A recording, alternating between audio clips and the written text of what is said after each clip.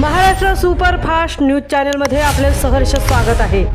खास सत्याची थार लेखणीची महाराष्ट्रातील ताज्या आणि वेगवान बातम्या पाहण्यासाठी आपल्या हक्काचे चॅनल शेअर करा, लाईक करा आणि सबस्क्राईब करा। धन्यवाद।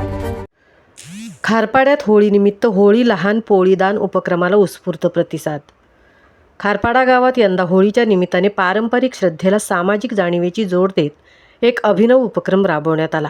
रमाकांत घरत यांनी ग्रामस्थांना जिव्हाळ्याचे आवाहन करत दरवर्षी होळीला नैवेद्य म्हणून अर्पण केल्या जाणाऱ्या पोळ्या व इतर खाद्यपदार्थ होळीत जाळण्याऐवजी गरजू बांधवांना दान करण्याचा संकल्प करण्याचे आवाहन केले होते।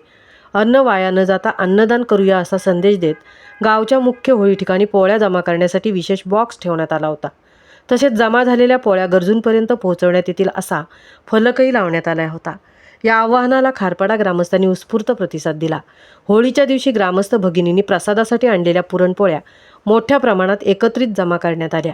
संकलित झालेल्या सर्व पुरणपोळ्या प्रेमपूर्वक व नियोजनबद्ध पद्धतीने गरजू बांधवांपर्यंत पोहोचवण्यात आल्या।